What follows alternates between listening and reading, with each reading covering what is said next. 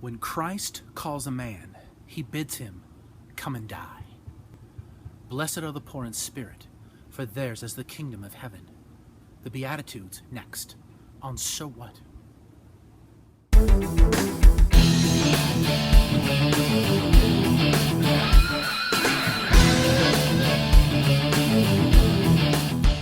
Hi, I'm Chris Dorman, and welcome back to So What? That quote is from Dietrich Bonhoeffer's exposition on the Sermon on the Mount, a book called The Cost of Discipleship, and I thought it was appropriate given our message today. Now, something I'm going to say repeatedly during this series on the Beatitudes is that the Beatitudes build on each other, okay? The second Beatitude is, blessed are those who mourn, for they shall be comforted. Well, you will not mourn if you are not poor in spirit.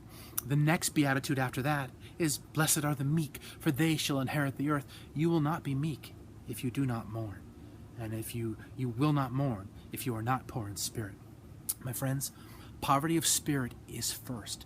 Poverty of spirit is key. Poverty of spirit is essential to entering the Christian life and to maintaining a faithful witness for Jesus in this world. Now, you probably know that the New Testament was written in Koine Greek, which is a very descriptive language, and there are multiple words for like love. As you know, there's eros and phileo and agape love, right? Multiple words for love. There are also multiple words for poor. How many of you have had like 20 bucks in your pocket, but it's got to last you a week and a half, and you're thinking, uh-oh, I'm broke, I'm poor, right?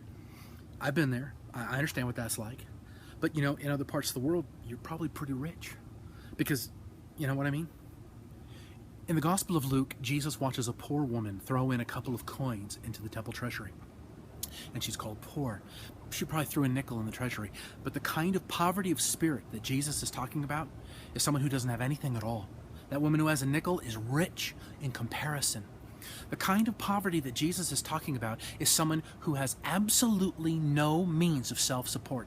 They cannot do anything to change their position. They are hopeless, helpless, desperate, and without the kindness of others, they die. If you're not a Christian and you're watching this, you will never be a Christian if you think you can earn your way to heaven. If you think you can do enough good works, right? Do enough good deeds, that somehow you'll merit favor and you'll earn your way to heaven, it's impossible. You might as well try to walk to the moon.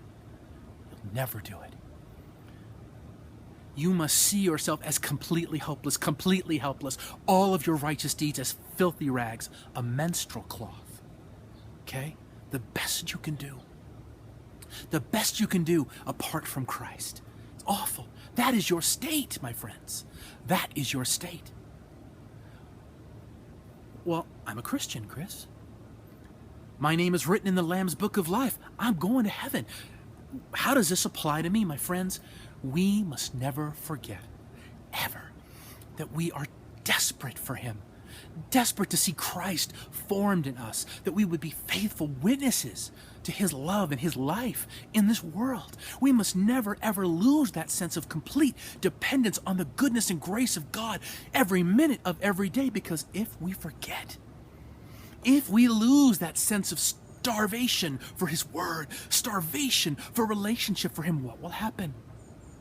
Our love for Him will grow cold. We'll become prideful, self-sufficient. I want to ask you something. What's your devotional life like? How much personal, private worship time do you have? Time in the Word? We're commanded to pray. We are commanded to seek God in all things. The desperate person who is starving and who's about to die never stops begging for help. My friends, we are His children. We are redeemed, but He is still God. And we still must come to Him in humble adoration and seek Him in prayer, recognizing that we need Him as much as we need oxygen. Without Him, we cannot survive. My friends, do you feel that way? Do you feel that way? And my friends, when Jesus said, blessed are the poor in spirit, for theirs is the kingdom of heaven, He's very emphatic. It's as if He said, Blessed are the poor in spirit, for they, and only they, shall inherit the kingdom of heaven. It's really emphatic. Okay? So, it's really important. Really important.